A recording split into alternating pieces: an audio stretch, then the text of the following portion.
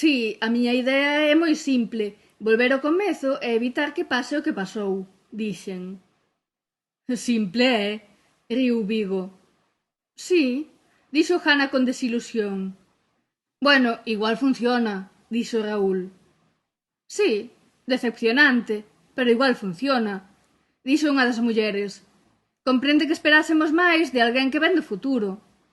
Pois é o único que teño, dixen. Non sei se podo confiar en Froilán, creo que non, así que, ademais de ser o único que teño, veño soa. Xa, dixo un home. Pero se nos enseñas o de viaxar, podemos ir contigo, suxeriu Vigo. Iso pode levar algún tempo, máis do que eu esperaba. Froilán... Intentei explicar.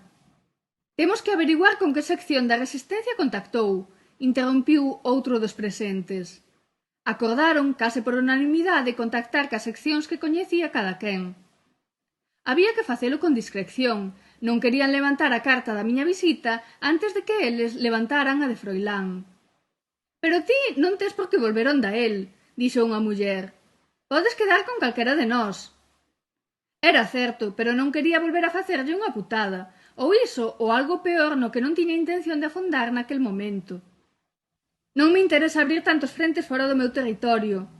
Se non me queredes contar como e cando comezou isto, busco por outro lado. Non, espera, exagerou Jana. Non é iso. Comprende que nos queiramos involucrar, dixo a muller de antes. Es o máis extraordinario que nos pasou en tempo. Si, nós non somos dos que quedan mirando como pasan as cousas, dixo un home case desde a porta. Tocín a cabeza cara a el e mirei no con certo desprezo. Como podía dicir que non era dos que quedaban mirando? Que tanto fixeran que tiña que ir eu cara atrás para paralo?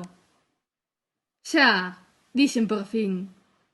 Non digas xa, perdoándonos a vida, atacou o home. Igual che parece pouco, pero é o que podemos facer, e ademais somos os únicos que estamos facendo algo, dixo Vigo. Bueno, mirado de outro xeito, se non saben de nós no futuro, igual é porque non estamos, lamentou Raúl sentenciándoos. Ou porque vos acomodastes, dixen. Cando ti poidas compoñer o xoguete que che dei, permitireiche que nos fales así, ameazou Jana. Mentras, falasnos con respeto. Non viaxaremos cara atrás nin cara adiante no tempo e igual non soñamos como a ti. Pero aquí matan xente, mataron a moitos amigos, as nosas familias. Ten algo de respeto? Esa historia xa a sei. O que non sei é canto tempo teño. E se me ides matar a saída. Se os da Resistencia están do meu lado, ou se a viaxe no tempo afecta o meu organismo, ou de que xeito o fai.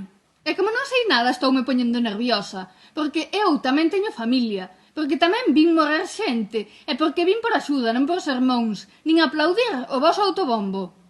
Será mellor que nos tranquilicemos, enfrontándonos non chegamos a ningures. Se o que che interesa é o que nós sabemos, contámoscho, intermediou Raúl. Só esperamos que a cambio compartas o que ti sabes con nós.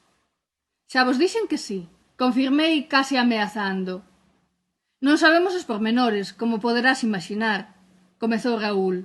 Contarémosche o que vimos, o que escoitamos e o que fomos encaixando como puidemos, porque o hermetismo é total. A pugna polo poder, a pugna aberta, quero dicir, comezou despois do cambio de suministro enerxético da fábrica.